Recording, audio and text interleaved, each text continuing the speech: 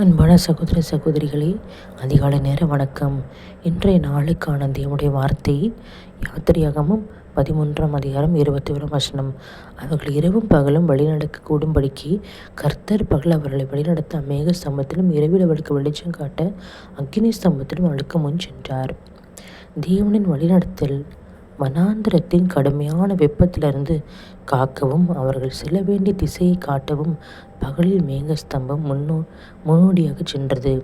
இருளிலும் குளிரிலும் பயத்திலும் அவர்களுக்கு வெளிச்சம் தந்து வழிகாட்ட அக்னி ஸ்தம்பமும் இருந்தது. தேவன் இஸ்ரவேலர்களை தனியே விடாமல் ஒரு கணம் கூட பிரியாமல் வழிநடக்கச் சென்றார்.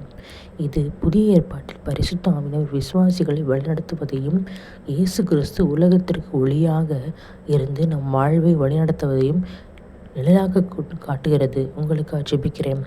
ஏசப்பா, இந்த வசனத்தின்படி தகப்பனே, ஏசப்பா, எங்களை தனியே விடாமல் ஒரு கணம் கூட எங்களை விட்டு பிரியாமல் வழிநடத்தி கொண்டிருக்கிறீங்க ராஜா.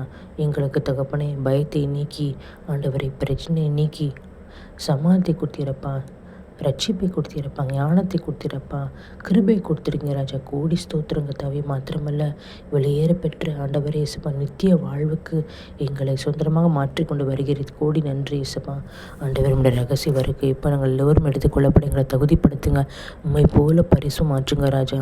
உம்முடைய சுபாவத்தை எங்களுக்கு கொடுங்க தகப்பனே. மீட்பரும் இரட்சகமாக்கிற இயேசு கிறிஸ்து இன்ப நாமத்தில் ஜெபிக்கிறேன் என் ஜீவன் நல்ல பிதாவே. ஆமேன்.